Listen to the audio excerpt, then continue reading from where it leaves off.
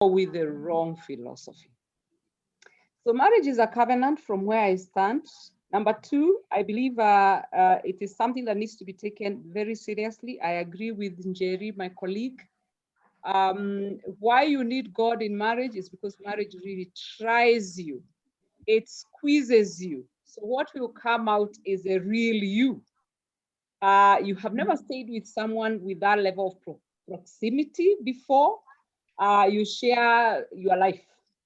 So if the fruit of the Holy Spirit is not grown in you, you find that you are falling short. So marriage is one institution where really we have to go to the maker of it to get the manual so that we follow the manual. For example, Jerry talked about that a woman must cook all the time. A woman should not question. That's not in God's script or manual of marriage. God's manual of marriage is about complementarity. We work together. It's a we thing, not me versus you.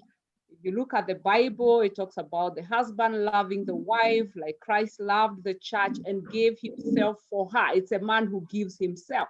But these other philosophies we are hearing of where it's a woman who gives everything or it's a man who gives everything for it to work, they won't work.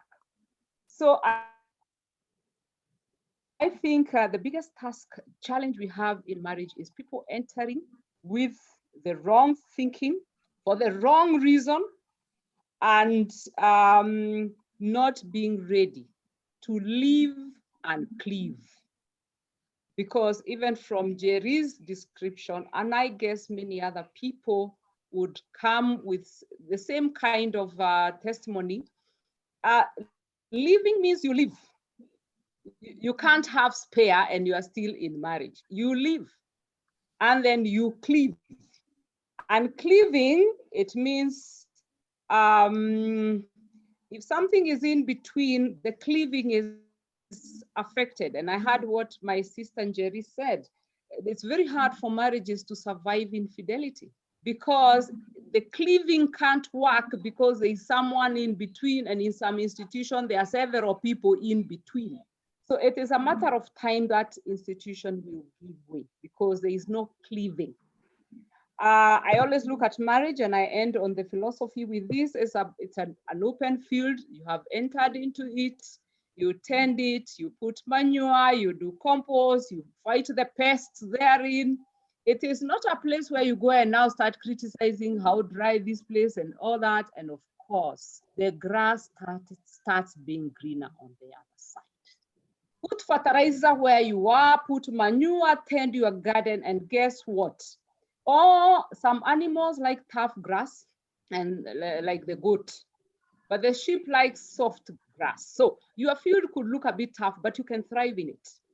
So it's not, the problem with us now, we are always looking out, and the men who are looking out, they say the beautiful ones are not yet born. But I have to defend also the men and say there are also women who are unfaithful to the marriage, and it is on the same principle of the grass being greener on the other side, especially at the pocket level. So marriage is not, what marriage is it's not. Marriage is not a an economic enterprise where we enter to make money, and if it's not working, we don't have money, we fold the company and leave. Marriage is a place where you come half to be fulfilled by the other person. It's a place you come, try and your best to be 100%, bring 100%, the other person brings 100%, and together you make a bigger cake. Marriage is not a place where I get my identity, so I just need to be Mrs. Someone, so please let me just hang on you. That's wrong reason for marriage. Let me come now to why marriages are breaking. I think my sister has covered a lot of it. Infidelity, for some reason, still tops the list. And it is because it is someone coming in between in a very sacred place, which is called the marriage bed. If the marriage bed is not kept pure, it's very hard for that marriage to succeed. Why? Sex is a very intimate thing. If it's shared with others and others, actually it loses the sanctity of it. It loses the purity of it. And it's supposed to be special. It's no longer special. It started looking like animal-like, it's shared in a harem. And by the way, even for those people who appear to enjoy those harems, it never ends well for them. So it is like feeling good when you are, or you've jumped from a high building, you are on the 10th floor and it feels good, but you're heading to the ground. You look at the history, you'll find the people who've had this infidelity, hardly do they end well. Because he who causes pain to the another person, there's still the justice of God. God is just. There's some things you're not going to escape.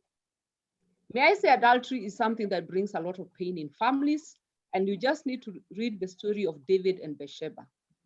David committed adultery. A person whose reign for the kingdom, which was even combined then, was so nice. And this is what God told David. And I like using the Bible because there is no book which is better guided than the Bible on this institution of marriage. God told David, the sword shall not leave your house. Instead of the scepter shall not leave the house, it is the sword. And from there you see the decline in the family, one person killing the other, eating. So adultery, it ranks high and it has very serious consequences. Adultery is responsible for children born outside wedlock. And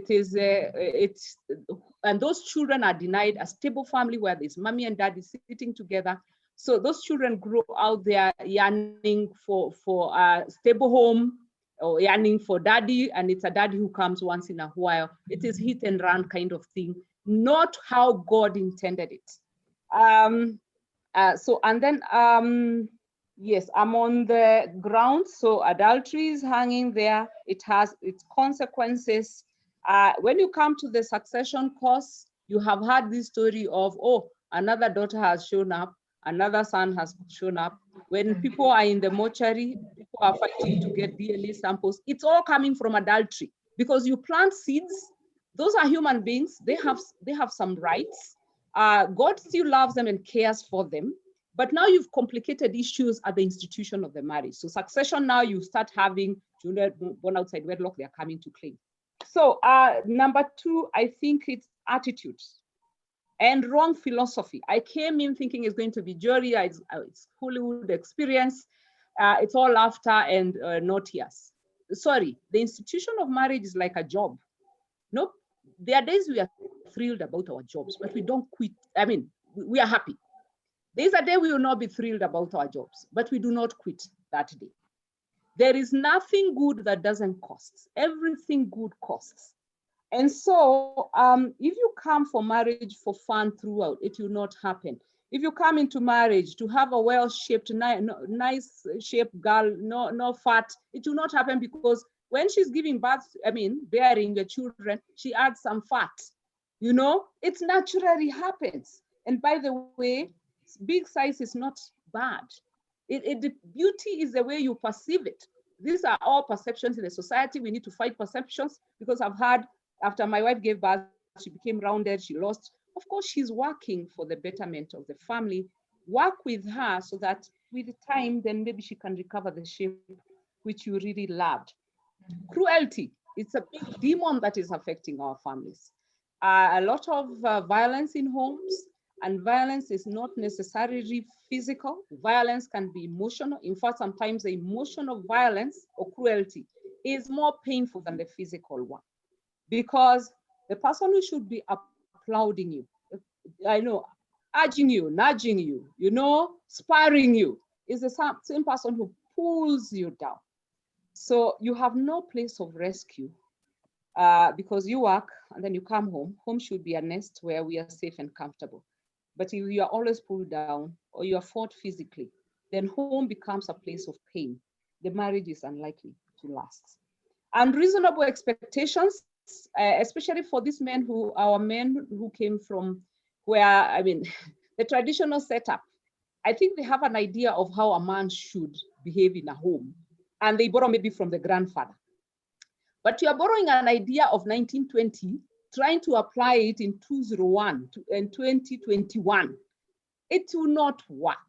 The man has changed, the girl has changed.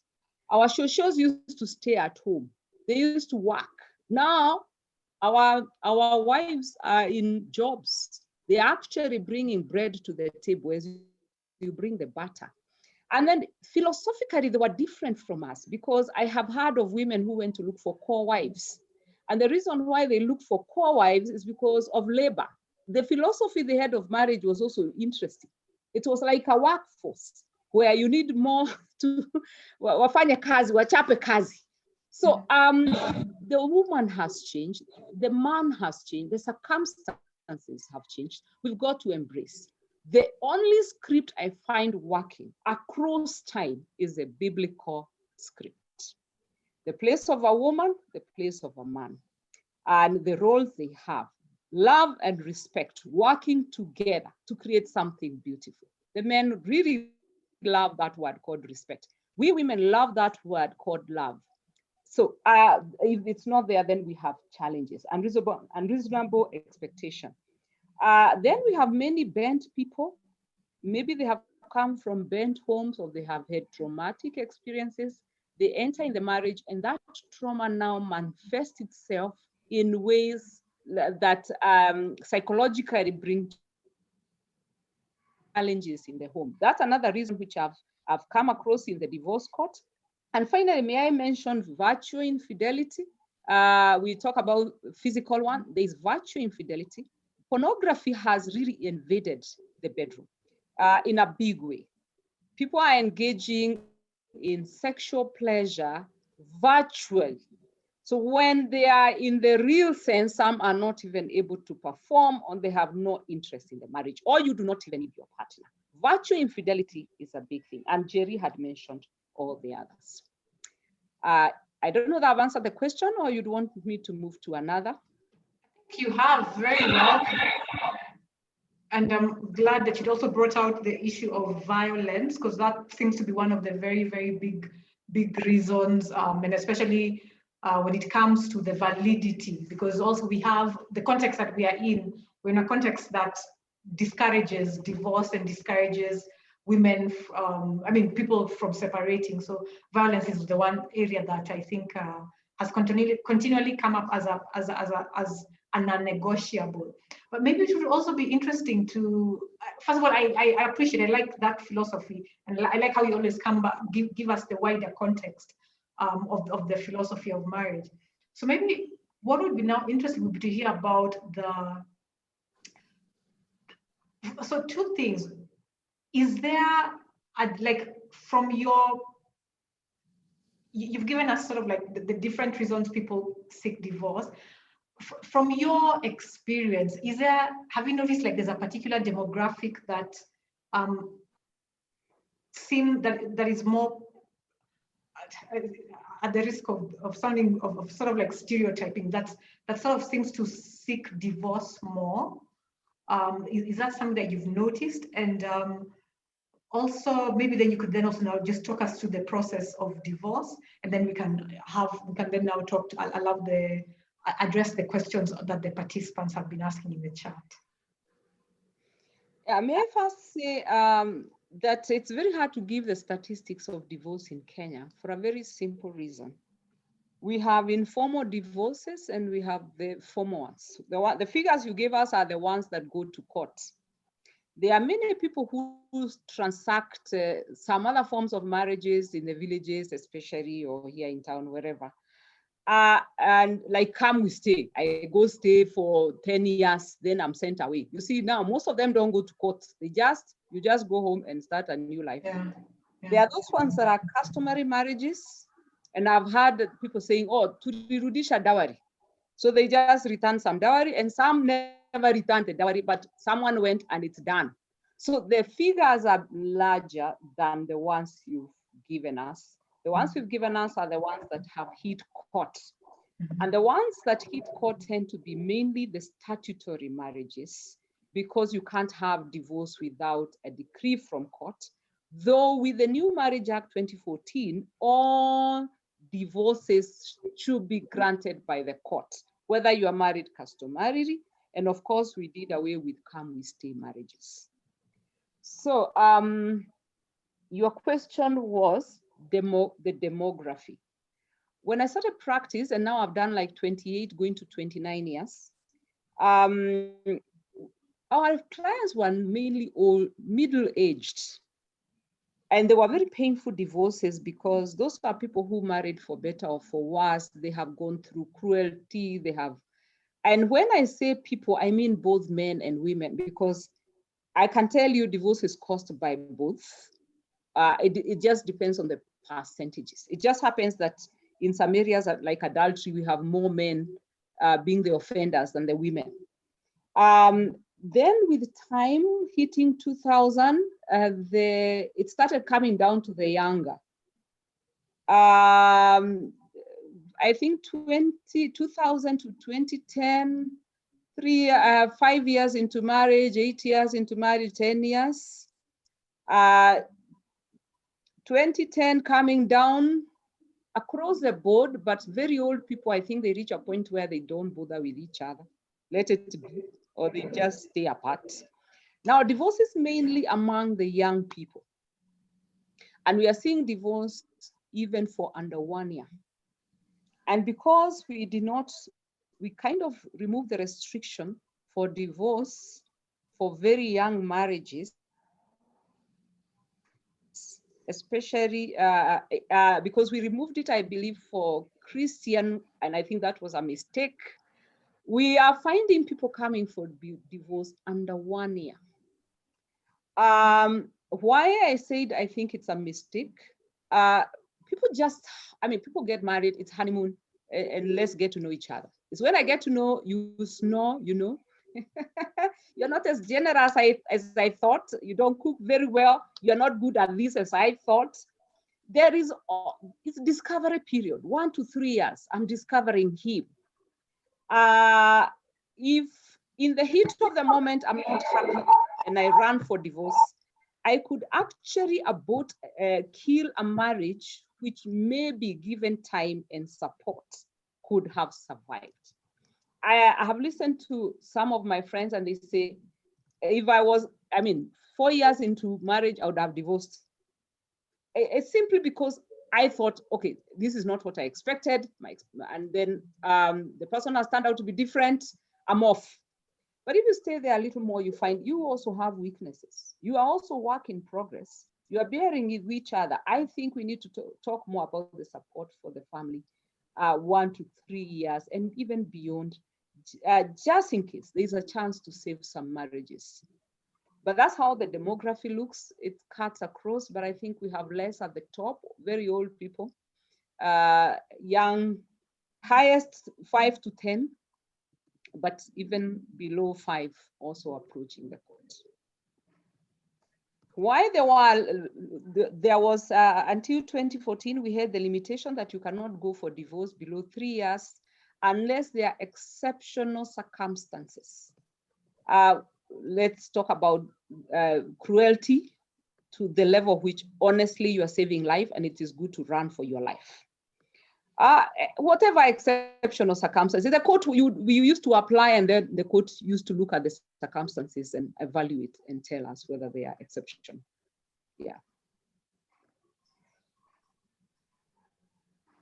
Okay, that's interesting. And I for sure, I know people who, a couple that got married, and I think within 2 months, they unfortunately or fortunately ended up divorcing it. So yes, it is something that we've been seeing.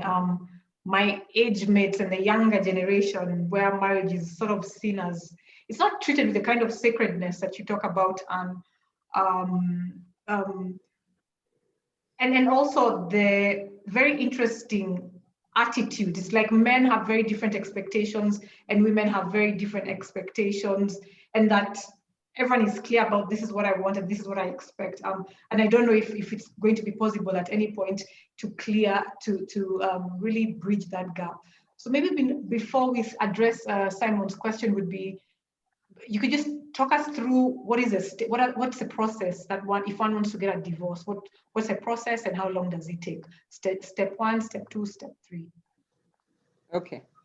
I think the first thing is, if you evaluate your situation and for sure you feel this one should go through the process of divorce, by the way, you can file for divorce yourself, or you can approach a lawyer to assist you in that process. So filing comes first. After filing, you get a notice from the court, and that is the notice you take to the other side in terms of service. It is actually the summon. Once you serve the other side, the person has, let's just call it a total of 30 days to file their appearance and defense or reply. They can choose to just reply, they can choose to ignore, and they can choose to reply and also counter petition. Once that process is finalized, we go for what we call directions to just go to court, confirmation that everything has been filed. How many witnesses are you going to call? ETC, how long do you need? Is it just 1 day, 2 days? Directions are given by the court. After that, you now queue for a date. I have the feeling that our courts appreciate that these are very emotive issues. So I find they give priority to divorce cases. They are heard pretty fast. I mean, in terms of, when you look at it in the context of our court diary, the diaries are quite congested, but you see they give dates within like 1 month, 2 months time. Then you go, and this is now something that my colleague Jerry talked about. You've got to decide whether you want to go wash dirty linen in public. Ask yourself, what is the value of washing dirty linen in public? Ask yourself what kind of record you are going to create in the so-called washing dirty linen in public. Ask yourself, if your child had access to those proceedings and they read through, will they find any dignity? And why spend a lot of judicial time on washing of dirty linen? Petitions are hard, and conclusion is always, it can only be divorce is granted or rejected. And since we know that marriage is a union, voluntary union, it's very hard to keep it going without that element of agreement. So you'll find many petitions will end with divorce decree. So if it's going to end with divorce decree, why wash linen if the conclusion is the same? At the same time, the decree you get is the one you take to your office to now say, oh, by the way, now I'm single. It is also the one you take to embassies when you are applying for visa. Sometimes I tell the people, think of the decree you'd want to give. I mean, if you are giving the counter a decree that says there was violence, there was adultery, there was, what value does it avail you? So I think we are prevailing upon people to, one, work very hard to save the marriages. But in the event they feel that this one must go through the divorce process, there is need to try and safeguard the dignity of the other person. You may feel, I don't need to safeguard his dignity or her dignity, but I always tell people that person, for those who are blessed with the children, is the father or mother of your children. So if you don't do it for their sake, do this process in a civil and acrimonious way for your children's sake, so that because you dissolve marriage under the law, but of course, biblically it's slightly different, but you can never dissolve family. There is a big difference there. The marriage we dissolve is between husband and wife. But there is a family that remains, which is connected by blood, because if you have children together, you may dissolve marriage, but you'll still partner at the level of co-parenting. And you do not want to co-parent with your enemy. How is it going to work? So we need to try our best to move from husband and wife if we must. And I always know in the Bible, even it says, Moses allowed divorce because of the hardness of people's hearts. If the hardness of the people's heart demands that we dissolve this marriage, let us do it in such a way that we do not prejudice the big calling, great calling, and duty which God has given us, which is co-parenting. So we will work together. So I would want then the divorce to be smoother so that I can work with my spouse in bringing up our children. Of course, Ms. Kamenchu, people feel, I want to expose him, I want to tell the whole world, I want to. Maybe what you need to do is to lock yourself in the house and scream it there.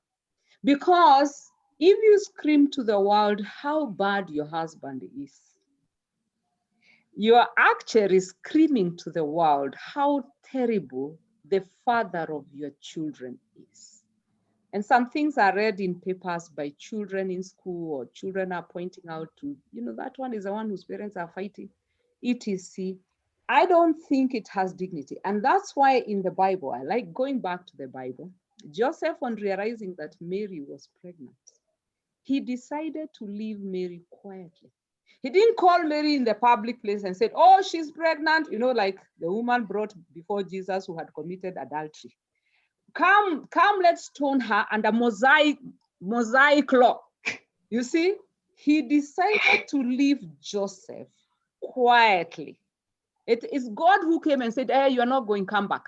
Now, so can we try and safeguard? And let me tell you, Kengwa, some people don't deserve that. This I'm trying to preach to people about here. Some people are terrible spouses. It's only if he doesn't have children with you, maybe you may have the pleasure, but I mean of publicizing. But if you have children, I think it's good to think about children. I always go back to children because they can never fight for themselves. They cannot control their parents. So we can only prevail upon the adults to behave better so that the children have some space. Yeah. Sorry, it sounds, I don't know how it sounds, but it's my conviction. It sounds absolutely sensible. Like that is what should be. That is what should be. Why should I extend grace to him? And that is what I heard from Jerry's case. I walked away. I tried to make it less, as amicable as I can, because here we are. We have a bigger task to carry together. So that is how the process is. You end up process with obtaining a decree nisi, and later you get a decree absolute. It is only upon getting the decree absolute that now you can now go queue and marry another. Okay, thank you very much for that, Madam Anne. That was very, very comprehensive. This really helped. You really given advice in terms of what the process looks like. And I suppose what was coming to mind was that I suppose that where there's a contestation of property, that probably is where the one that there probably might be more incentive to sort of like trash and rubbish the other, sort of like in a way of that if I show how bad this person was, I'll be able to get more property, like I'll get a better I'll sort of like look like I need, and also access to the children, perhaps that by rubbishing this person, the courts will say that I'm the better person, so I'll have better access to the children. That's just what's coming to mind. But I just want to share, read out some of the questions that have been coming in. Simeon Koech asks, please advise, my partner filed for divorce last year, September, and she's taking long to bring the case back. Since I already accepted the summon, I have reached a point I need this to be sorted once and for all. Should I apply for the same, or what does the law say? And then he continues that I never cheated on her. I took her to school, nikamtafutia kazi, and she earns more than me. I decided to enroll for my master's to at least change my pay slip, but she didn't like this, and that's when she lost interest in our marriage.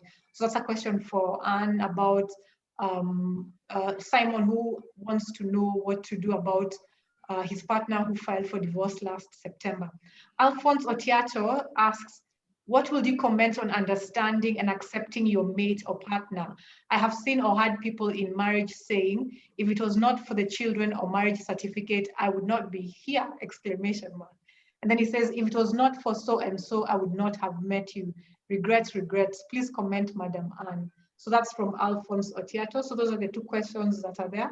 And our other participants, just to acknowledge you and to just please feel free to share your own experiences, to share questions that you might have.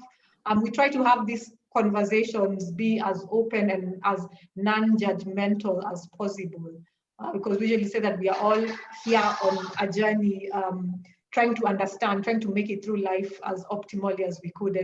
And here we're getting advice, legal advice on how to use the law to enable, the situation to be more optimal. So if you have any questions that you'd like to have answered, then do feel free to just share them. For now, so Anne maybe can now just respond to Simon's and Alphonse's questions. Okay. Let me answer first to the question of value of acrimony or washing dirty linen. Will it get me some premium in a property fight? The good thing with our jurisdiction, Kingwa, unless where property is below 20 million, most of our 3 issues in marriage are in different courts. If you want to do children, you go to the children's court. So that's a separate suit. If you want to deal with divorce, you go to the magistrate's court. It's a separate suit.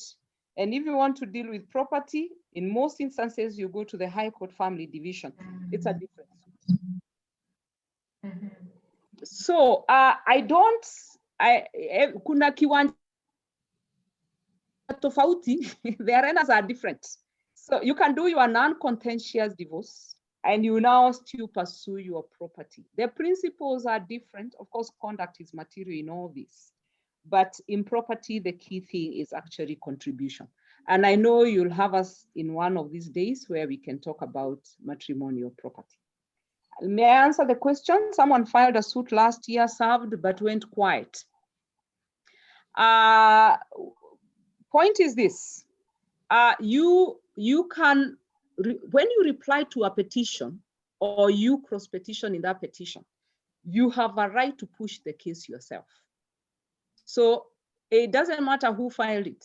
Either of you can apply for directions and either of you can take a hearing date. So proceed and move the case. I don't know whether, I didn't get it clearly whether you responded to the petition. If you responded to the petition, you gain the right to participate in the suit. You can push the case yourself. So you are not at her mercy in terms of when she moves.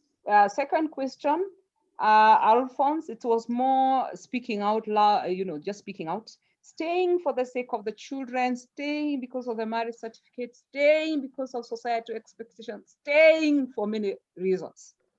Now, the problem with our marriages, not the problem. The issue with our marriages is that most of our marriages sound communal. For a very simple reason. To do the dowry process, the uncles came, the aunties came, everybody came.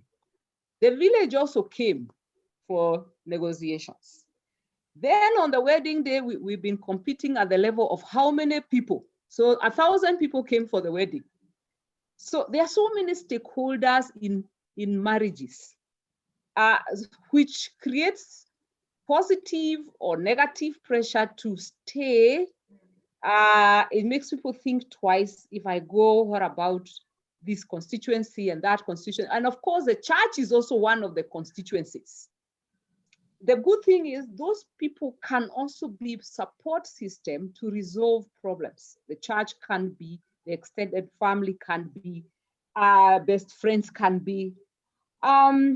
So I know there are some marriages that would have broken a long time ago, except for society putting kind of, the way you try to support a banana with a stick.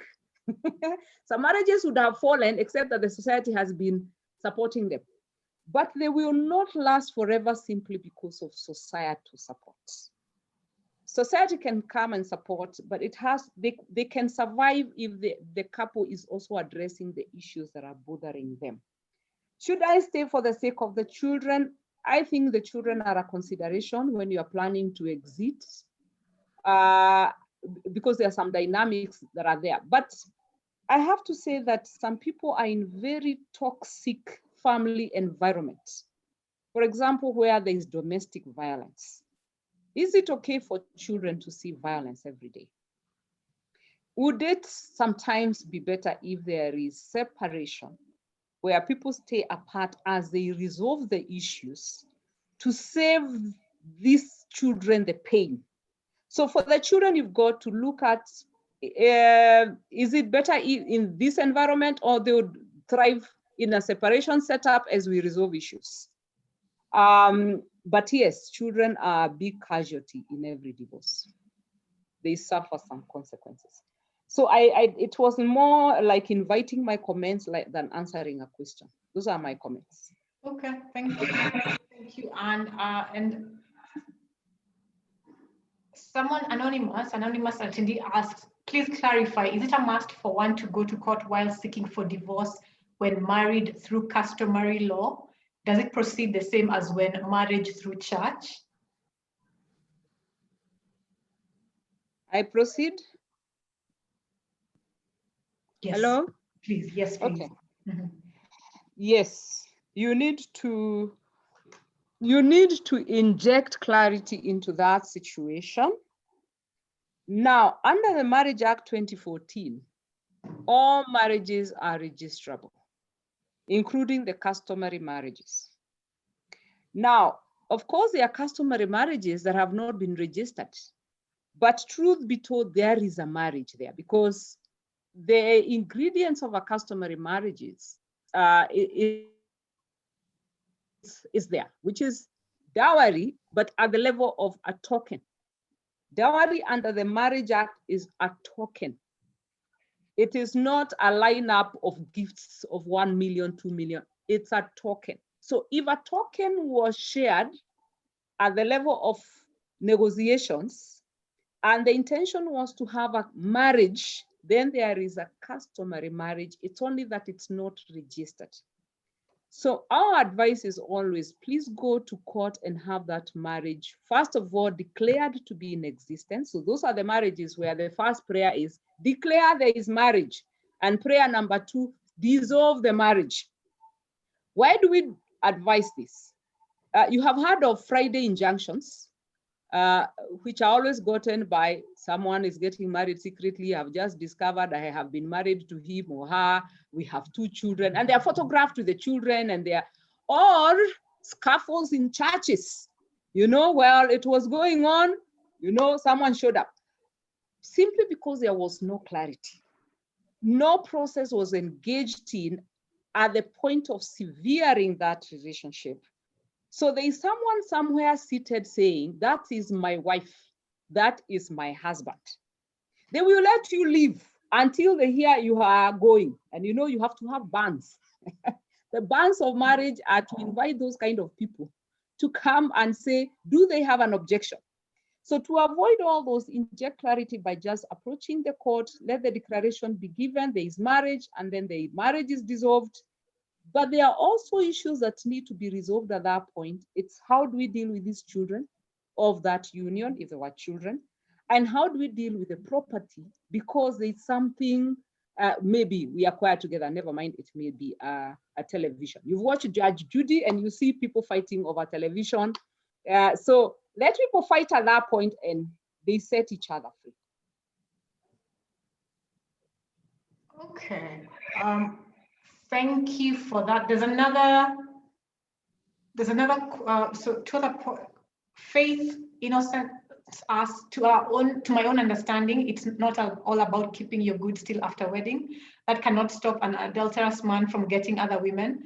So to me, I think it's all about praying for your marriage always. I think Faith was responding to what Njeri was talking about, and that about the whole question of waiting, the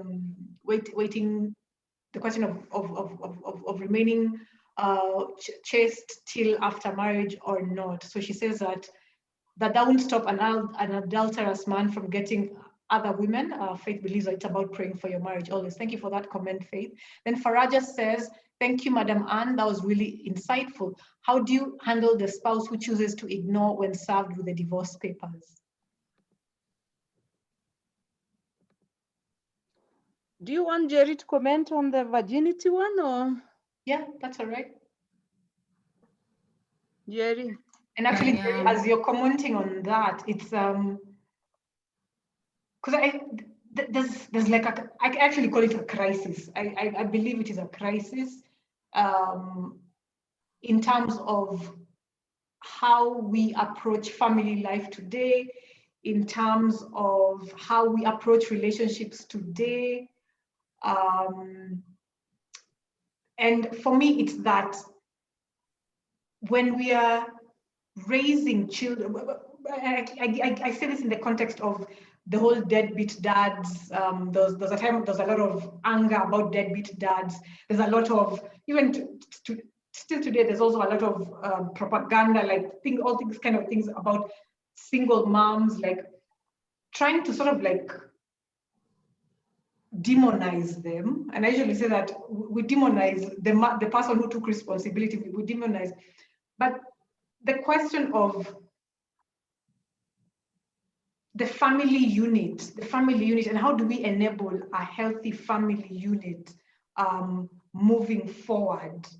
And so maybe from you, even as you're answering, as you're responding to Faith, it would be interesting to hear your thoughts on, if you were to start again, what would you do? How would you approach it? Because there's, I suspect there's a lot of younger women who are at that place of trying to find answers.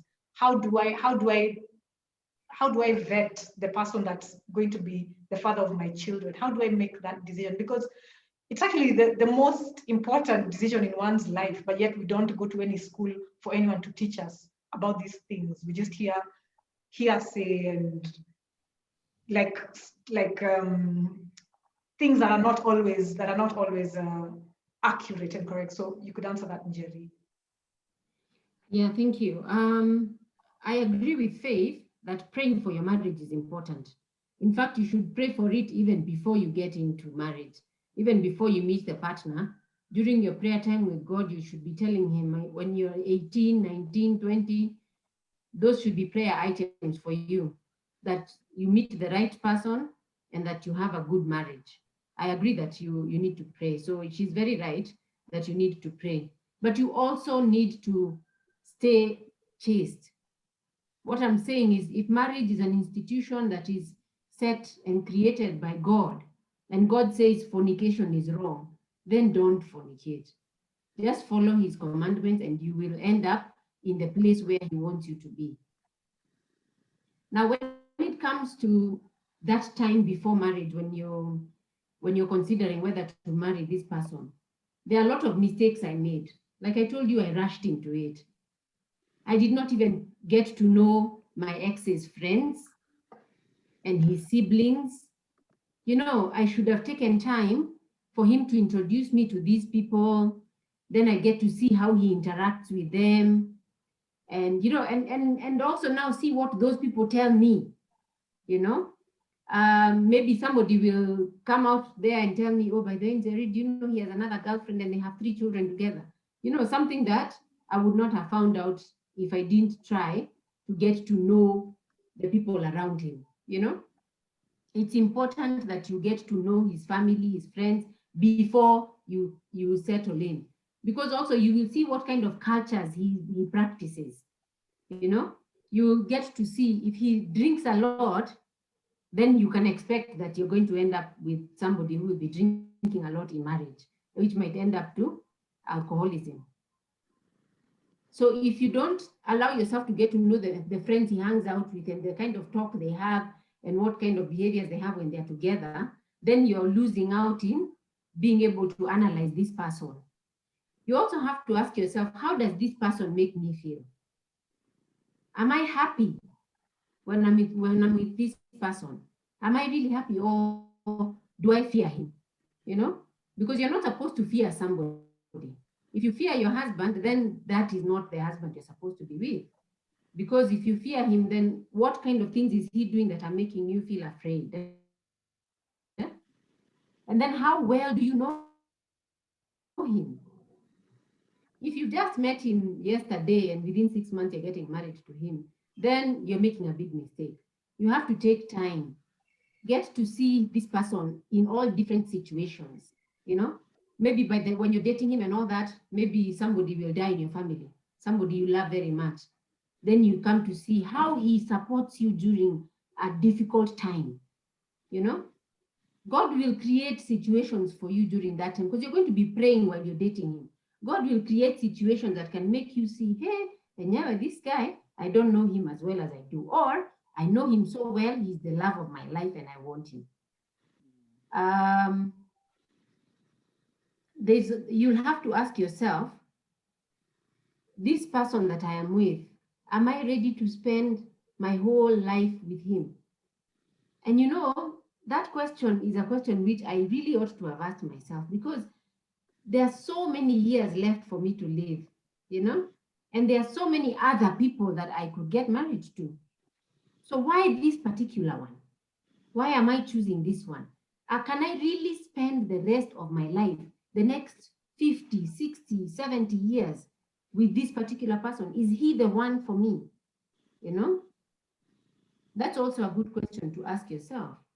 I can't think of many others, but basically my point is you need to understand this person well. You need to be exposed to him and his behaviors in as many situations as possible so that you can be able to say, and never, if this happens, then I'm likely to see him behaving in a particular way. Another good question would be, do you want his children? When you look at him, does he have the DNA that you want to be in your children? You know, maybe he's an angry kind of person. Do you want your children to be angry, or do you want your children to grow up with a father who is an angry person? You know, because I want to assume that most people who get married want to have children as well. There are some who don't, but most want to have children. So when you look at this guy, you ask yourself, the children that this man is going to give me, are they the children that I want? You know, there are many, many questions you can ask yourself. But what I would like to tell people is, please just take your time. And I agree, pray as much as possible and seek God in that relationship as much as you can. Sorry, and before you come in, Jerry, there's something what you've said has brought up the idea of culture. And culture in the sense of like our cultures, they actually had a predetermined way of going to find out if the person that has come to ask for their daughter is a good family to marry from. Like that thing of the ask, like, does this family have witches? Have there been people committing suicide? Are there alcoholics? Are there kleptomaniacs? And yeah, so it's so interesting, that our cultures, our traditional cultures literally had that. But with time, those are some of the things that have gotten eroded. And those are some of the things that we have lost out on. And I really appreciate you sharing these thoughts of yours, Jerry. Like, don't take it for granted. Like, even Jennifer is already asking, could you please elaborate more on what to know about your partner before you get married? Because I feel like for girls, for women, it's like we're just pushed, marry anyone, just marry. You know, like, there's this, I don't know if you felt that at any point, that it's like you go for family get-togethers, you've not married, like it's like a big issue. So what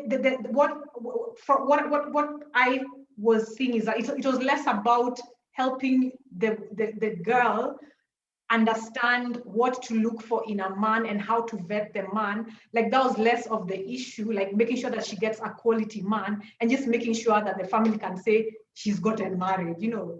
So that's interesting. So thank you for sharing your thoughts. Yes, Anne. I proceed? Yes, please. All right. Let me throw just a thought on this virginity thing. Is there any value in chastity? My own research, I find people who have sampled many people before marriage, some of them, they always compare their spouse with that other one and that other one. It's like you had eaten pizza in this shop and another shop and another shop. So you get your own pizza, which is local. So you're always comparing your pizza with that other pizza. There is always comparison there. There is also the issue of, sex is a very intimate thing. I have this feeling that you leave yourself, a piece of yourself with someone you're intimate with. They've known you a lot. So you can imagine if 5 people, 6 people know that one, there is something that is lost in all these relationships. And finally, I find there should be a prize. I always wonder where the Rachels went. Jacob worked for Rachel for 7 years. Precious something, unagojea. Therein is Njeri's principle. Wait, explore, check. Our girls need to know they are precious, they are valuable. Do not just give yourself away. Let the Jacobs also labor. Because maybe in laboring, they get to value you more. But if you meet someone and in the next 2 weeks, you're in bed, I don't know. I won't talk about the health side of it, including now COVID has entered the group. But what's your value? And I want you to read the story of Ammon and Tamar in the Bible, 2 Samuel 13. Ammon loved Tamar. Even got sick. He really wanted to sleep with Tamar. He created a deception and raped her. And as soon as he raped her, the scripture says he hated her and said, get out. Now, so girls, there is someone who desires you so much, but the moment they have you, it's get out. Like Ammon and Tamar. So let's try and do the Jacob thing, Jacob and Rachel. Back to the question, a spouse who got summons, a spouse gives a summons. Oh, there was Faraja who asked a question to do with the spouse who, I don't remember very well. So Faraja asked, how do you handle the spouse who chooses to ignore when served with divorce papers? Oh, sorry, yes, ignore is a word I didn't note. Yes, you simply prosecute your case. All that the court wants you to prove is that you served that spouse. If service has been proven, the work of the court is not to get people from their homes to come and defend cases. You have notice. The moment you have notice, that's it. If they don't, you apply to court, you will get directions that the matter do proceed undefended. And many do happen. Let's remove the misconception that someone has to sign and accept divorce papers. They don't have to sign divorce papers. Just serve them. And even those ones who avoid, leave the summons in their home, in their offices. And now you can even serve by email if you can't find them. After that, just file an affidavit of service showing how you served. Do an application for matter to be heard as undefended at the close of 30 days, not immediately, because that person has cumulatively 30 days. And uendelee na maisha yako ni sawa. Ya mwisho, single moms. Single moms, yes, single moms have not received the support they need in society. And I really agree, the single mom is the one who has taken responsibility. There's a single dad out there working, but there's no mark on him. Except now under Article 53 of our Constitution, they are bound to support the children, whether they are married to the mother or not. So support for the children is not tied to marriage. Yes, we need to support the single mothers, but for the ones who are not married, I would say if you are able, give your children the joy of having a father. You know, I can decide to be single mother as mother, but my child has not been asked, do you want to be a child of a single mother without relating with your father?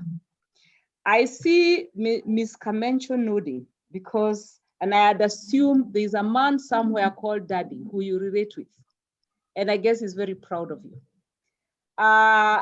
Why God gave children mother and father is because they derive, you can never be mother. Mother cannot be father, father can never be mother. We give our children different things. And we went through that with you in the session on the custody issues.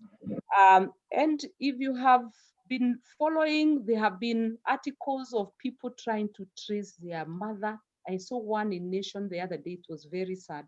And then there was another one of someone trying to trace father.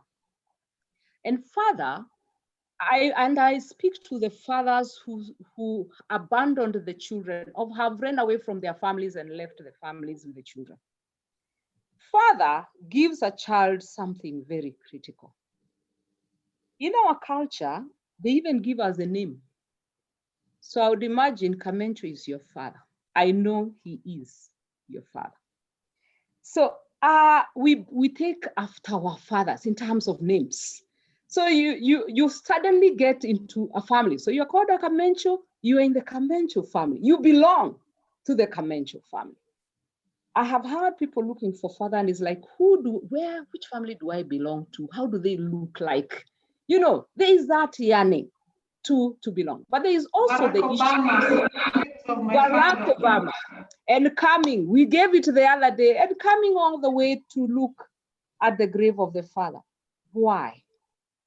There is something inside there. So fathers, out there, fathers, you are very needed by your families or your children. Let us try as much as we can. And let me put this way, because I love the scripture. Why did God go out looking for Joseph to come back and accept Mary, even if she was pregnant? God himself, in the person of Jesus Christ, needed a father. Imagine if Herod was running after Jesus and it was just Mary alone. How would she have done that trip from Bethlehem to Egypt? How would she ride a donkey with her baby? Who would have taught Jesus to be, he learned carpentry and all that? Father is there for protection, for care, for provision. So if you are a father out there and you feel, oh, they don't need me, actually my children can grow up without me, it's a lie.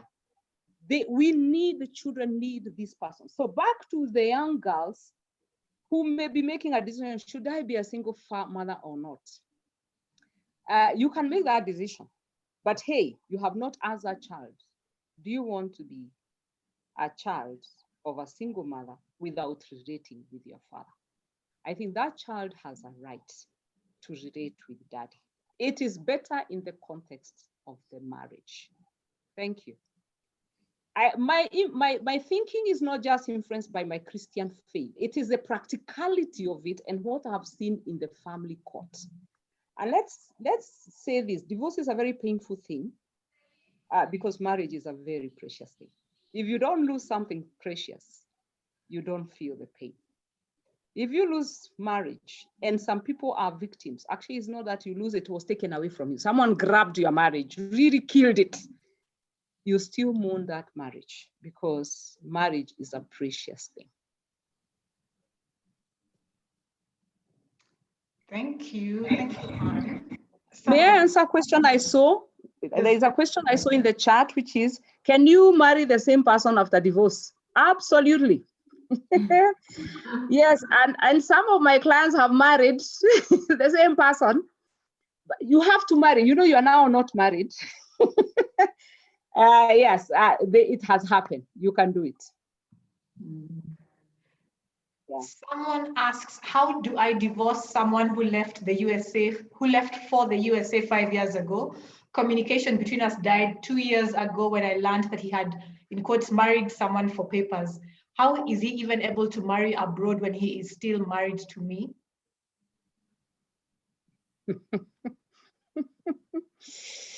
Oh, is that a Kenyan? How do I divorce someone who left for the US 5 years ago?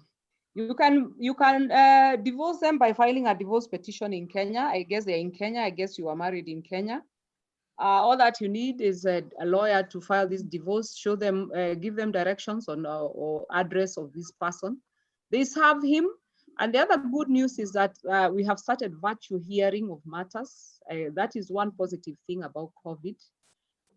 So you can actually do a hearing when you're seated somewhere in Atlanta. You can do your hearing here in Kenya. He married someone else somewhere else for the sake of papers. That is bigamy. It's a criminal act. I don't know how he did it. So we don't know. You've got to establish for sure that he got married. You are at liberty to lodge bigamy charges. But in terms of divorcing him, you can just file the papers in Kenya. He's served here, done. And hearing virtual. Okay, nice. Alphonse asks, he says, I had mentioned about understanding your partner. Do you understand his or her weaknesses or strengths? And number two, accepting your mate will also entail that there's no perfect partner and you accept and move on rather than lamenting. Okay, that doesn't look so much like a question, but more of a comment. Florence says, thanks, Madam Anne, for the conversation around children and fathers. It's very critical in our time for the rights of a child. I love the way that you have addressed it. Okay.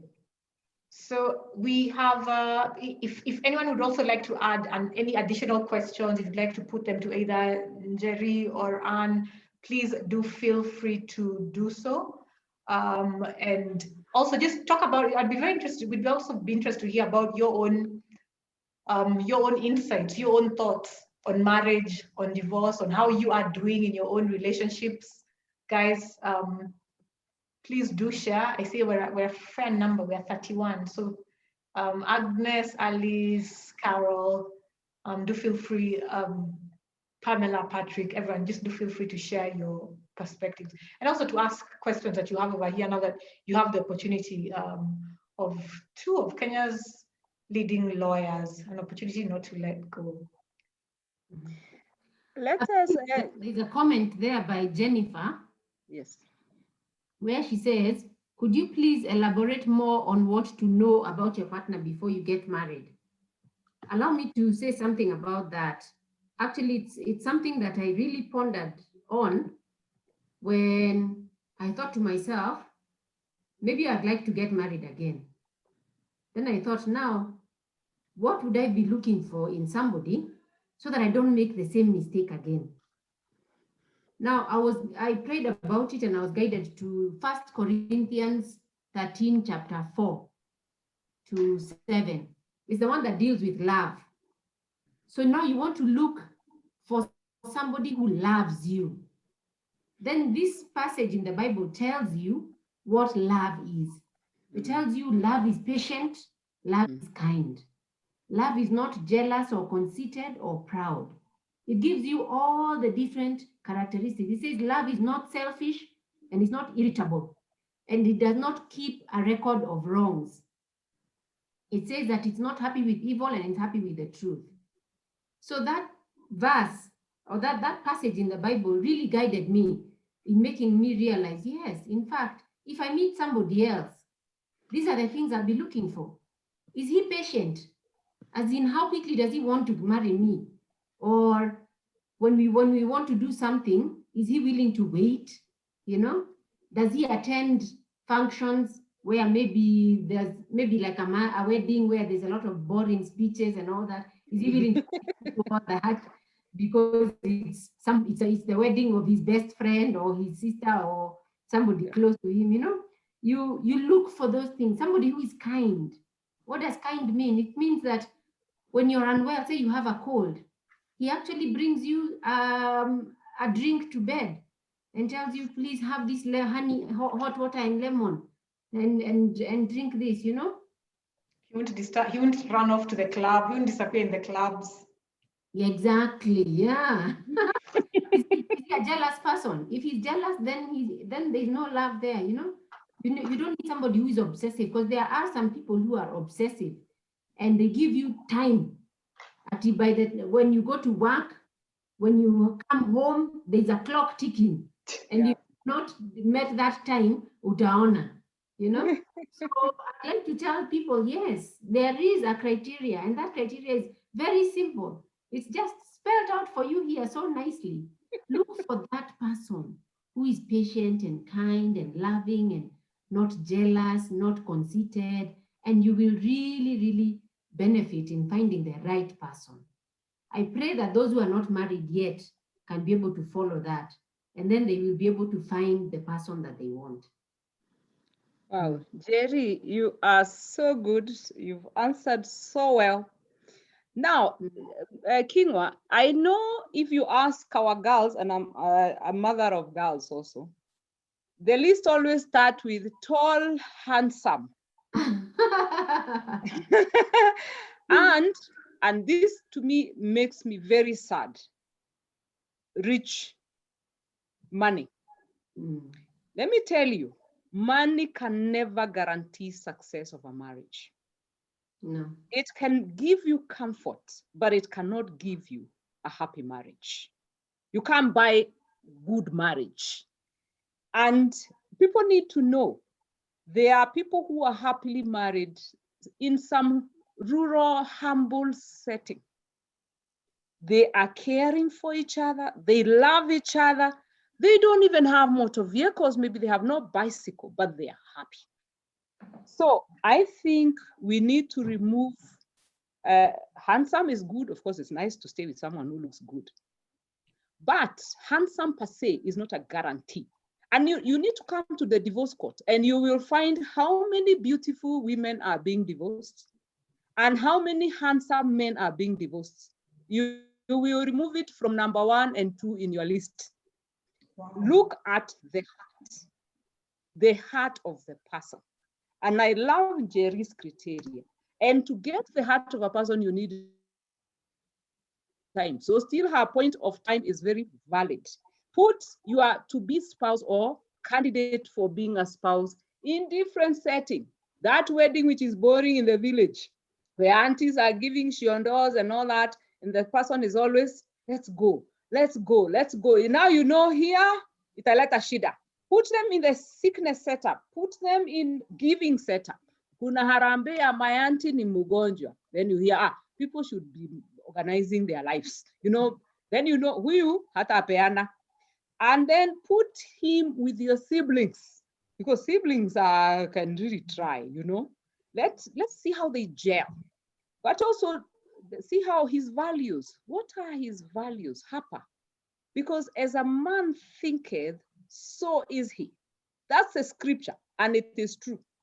Whatever he thinks is what he is. You are not going to change him. Please, girls, don't be too ambitious to go change someone who is a rock to become, you know, what is it, soft, mukate. If he's a rock, he's a rock. So let me mention 2 things. Alimony, there was a question there. Can I be asked to support a woman who decided to file for divorce? Alimony looks like it's a dying legal provision in the books. It's still there, and the Marriage Act either can support each other depending on their ability. These are things that come with divorce. For a long time, because I think the girl child is getting very empowered, you hardly find women who are really chasing men for day-to-day maintenance. Inywele na mafuta. But for especially the people who have family businesses and maybe one spouse is in charge of the business and is not letting the other benefit from the business, you can go to court and say, look, he has control of everything, let me have a share. But like I said, in practice, it looks like it's dying, but in the books, it's there. You can sue your spouse for alimony. Now, another one which now wearing my hat as mediator, and I'm happy Jerry is also a mediator. Must all the struggling marriages end in divorce? The answer is no. Let's evaluate the marriages early.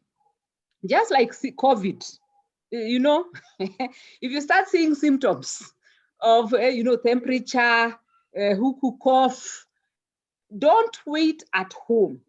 Seek help and start at conciliation level. And I loved what Jerry said. I sat him down with a paper to indicate, it's me and him. If it doesn't work in that setup, you could go for those who agree. And I want to tell you, there are some people who don't agree, and there are many. But those who agree, move to the next level of some mediation. It could be through a family member, it could be through best couple, it could be professional mediators or counselors. So before it goes to the ward, if it's in the ward, we still don't give up. If it's in HDU, we don't give up. Even in ICU, we still give ventilators. Life support. I think the culture we need to cultivate in our homes. And it's not in our homes really, in the Kenyan environment. It is a culture of come, let us reason together. It is a dying culture. We saw MCAs fight here and there, We are fighting everywhere. We have not learned the culture of listening to someone who has a dissenting voice or someone we have an issue with. I would urge family members, let's try, before things become so serious, let us seek help. Because let me tell you, Madam Kamencho, the success of the second marriage, it's usually lower than the success of the first marriage, and on and on. By the time you get to fourth marriage, the success reduces, and I believe statistics from the first world are there to show. Yeah. For a very simple reason, marriage can tear you and actually injure you. You go to the second one, especially for those who don't go through healing processes, they go wounded. So two wounded people meet, or one wounded person comes, and we build a hedge around us so that we are not hurt again. And now you've come with lessons. I was hurt in this area, I'll never allow it. So you become unlovable because you wear thorns, you prick, you're like a porcupine. You're so yeah, you're so defensive. If you are fond of property, you say, I'll never give a shilling in my life. But how is marriage to work without people sharing resources? I will never. There are too many, I'll never. Those who've been wounded and desire to go into second marriage, you have to go through a downloading, a healing process. So that when you go to another relationship, you are a better person. They say experience can make you bitter or make you better. Look for a way of making it better. So since the chance of second marriage survival is higher, those who have a chance to work on the first one, while it is still coughing, at the level of coughing before ventilator, let's do our best, put our resources there and see how many marriages can be saved. And let me tell you from my experience and my mediation, a number of marriages have been saved simply by sitting and listening to each other. None of us is perfect, and you're not going to marry an angel. They are not on earth. So whoever you marry, ourselves are not perfect. We are not perfect. So I don't know, we not expect someone else to be perfect. So just know I'm marrying a human being. That's why the fruit of the Holy Spirit is necessary, because you'll be dealing with another human being who has many wrongs, and he or she is in your space. So it is just two people working through together, trying to face life situations together, bearing with one another. A lot of wisdom. Yeah. I think there's maybe two last comments. David Kimani asks, what makes my wife to be less concerned in bed? My wife can stay even 1 month, and when you need, she is not interested. When my wife is with her friends, she's so happy and jovial, but when I'm with her, she's always in mood swing. What can I do? That's a very interesting question. I probably didn't have a legal aspect to it, but maybe when, I don't know, it's Valentine's, you can try get her a nice gift to Yeah, just try to get her something nice. Like this is not about using strategies to get her happy. I don't know, maybe the Anne and Jerry can say something. Alice asks, is it possible to get the recording? Yes, it's going to be on YouTube. And then Rose says, hi, I've joined. I was on my, yes, you'll be able to get the recording. It's going to be on the Black Star Media on and the Muslim and Company Advocates page on YouTube. So you can find, we'll share the link also. It's going to be on Facebook as well. So anything to say about David's situation? I think there's a panelist you denied these people. And maybe it's good to have a session on, Kingwa, sometimes we are very focused on ailing and dying marriages. Maybe we need to focus on how to spice the ones that are working. And that is where David's question rests. So we can explore and see whether we can get a panel another day for spicing what is chakula ile iko tuiweke roiko na kadhalika. But may I answer as from the female gender aspect? I think the female gender, we use the heart. You unlock it at the heart level, and I'm sure Jerry, after interacting with the people she's working with, she's able also to give some wisdom in this one. Women, so if you find her not responsive, probably there is an unresolved issue. I have heard from my male clients these words. I don't know why she doesn't forget. We should just forget and move on. The women are not there. The women is, let's talk about it. Hear me. Let's resolve this one, then we move on. So I think it's more on the wiring. I don't know who came from Mars and who is from the other one. Our wiring is very different. So David, maybe what you need to do is to replay the last few months. You may pick some unresolved issues, or maybe something she's been saying, but maybe you have not really given it attention. Before you want her warm in bed, I think you warmed her heart first. So maybe engage her in that warm conversation. Sometimes women don't want solution. Women sometimes want to think through and process. Our men are very good in giving solutions. So the moment you say, I have been feeling this way, they say, I know the solution, this is it. That's not what they're looking for. They're looking for a process. To engage heart to heart. That's why they like these girls meetings, because that's why she's laughing a lot in the meeting with the women. Probably, I don't know. But unlock it maybe at the heart level. Jerry maybe can add something. Yeah, my thoughts are that there is a problem with communication in that marriage.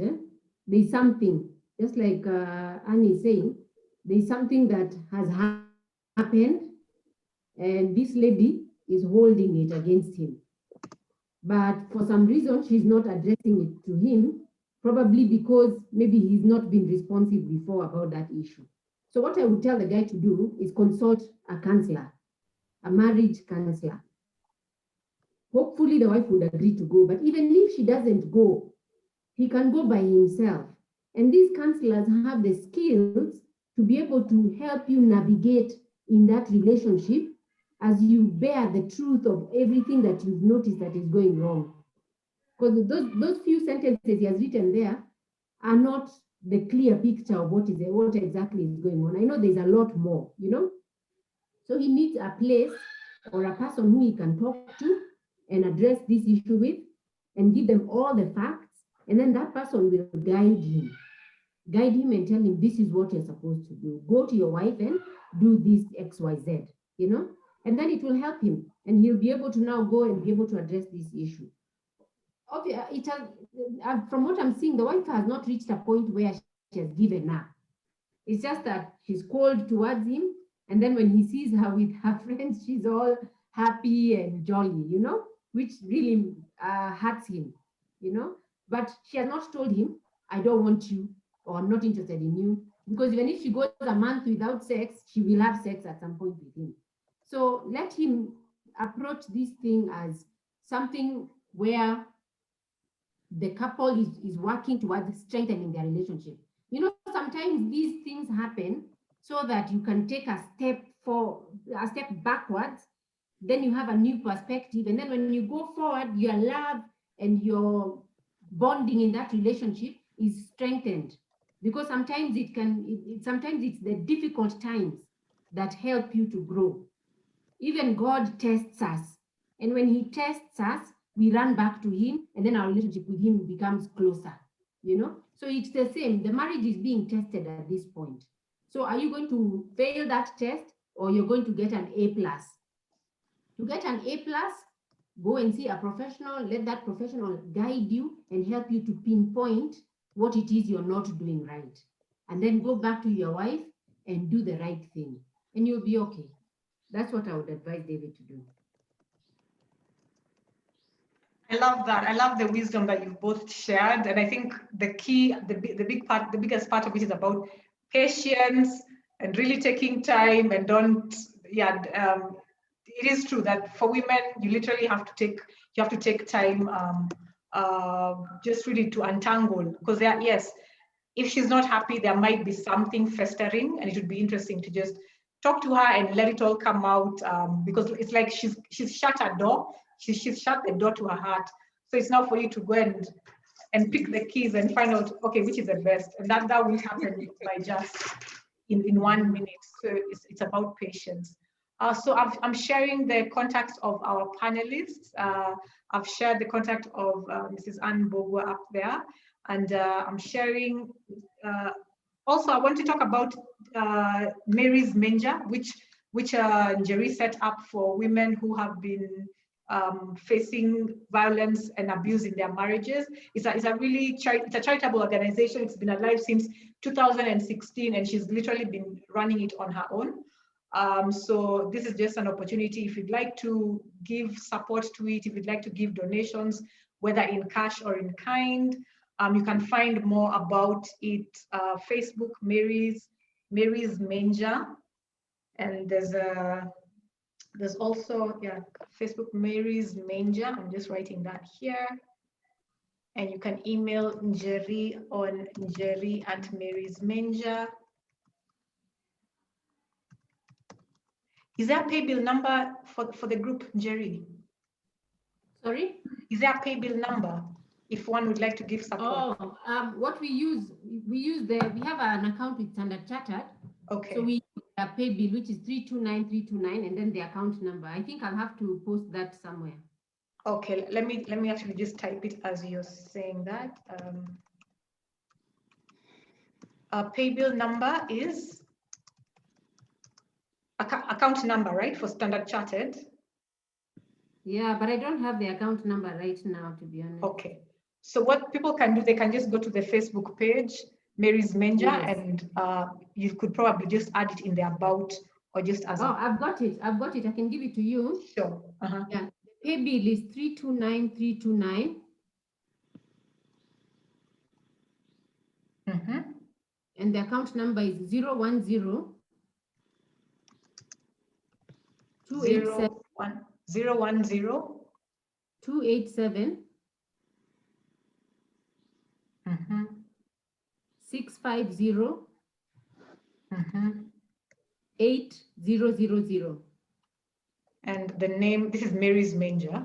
This is Mary's Manger, yeah. Safaricom pay bill. Yes. Okay, so this is great. So our participants, if anyone would like to give support, it could be in the form of furnishings, whether it's beds, clothes, cabinets, bed sheets, padlocks, thermoses. If you go to the Facebook page, you'll see that the toiletries, and yeah, it's currently operational. It's been a bit quiet because of COVID, but if you'd like to give support, do give support and just reach out to Njeri. Njeri, would you be happy for any of the other, would it be too personal to share your number here? No, you can share it. You can share it. Okay.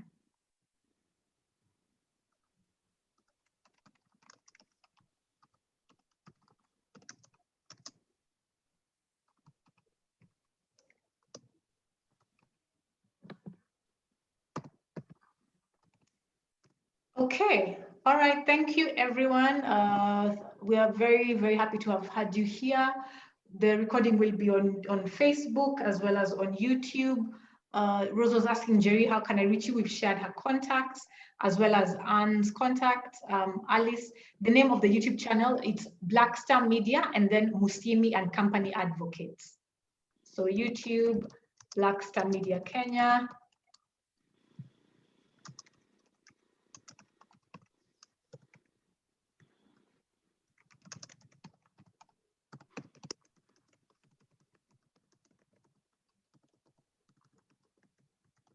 So these are separate YouTube accounts. Julius, excellent. This is excellent session. Asante, we're happy. Hope it was of help. David Kimani says, thanks, I really need your help. And Simon also says, thank you. So yeah, we are now at the end of this. Just to thank you, our panelists, our guests, for just really coming on and sharing your wisdom. I loved so much wisdom here. Jerry, for sharing your experience, your fearlessness and your openness and your capacity to be vulnerable, because it's by it's by sharing our challenges and our journeys where maybe we did not get it perfect the first time, that others can learn. So really, I'm very, very grateful for that openness, and thank you so much. And thank you, Anna, as well, as always for just that very, very structured insight, structured wisdom. Thank you so much. So, and also our participants for just being here and hopefully gaining from this. And we hope to have you giving some more, participating some more next time. So our next discussion will actually be talking about matrimonial property and just really the whole discussion of how when there's a divorce, when there's a separation, how do you make sure that the process of dividing the matrimonial property is one that is one that's not acrimonious and that's able to be done in a way that everyone benefits, everyone gets the best out of it. So we are actually going to be having Robert Burale, who's also quite open about his own experience with his own relationships, his divorce. And yes, so we're going to be in touch with you. You're going to hear more about it on the invitations, on the Zoom invitations, as well as on Facebook and other places. So thanks once more, Jerry, for being here, and Anne as well. And everyone have a great weekend. Thank you. Thank you. Thank you. Okay, so we're just now going to end this, and so we'll be in touch.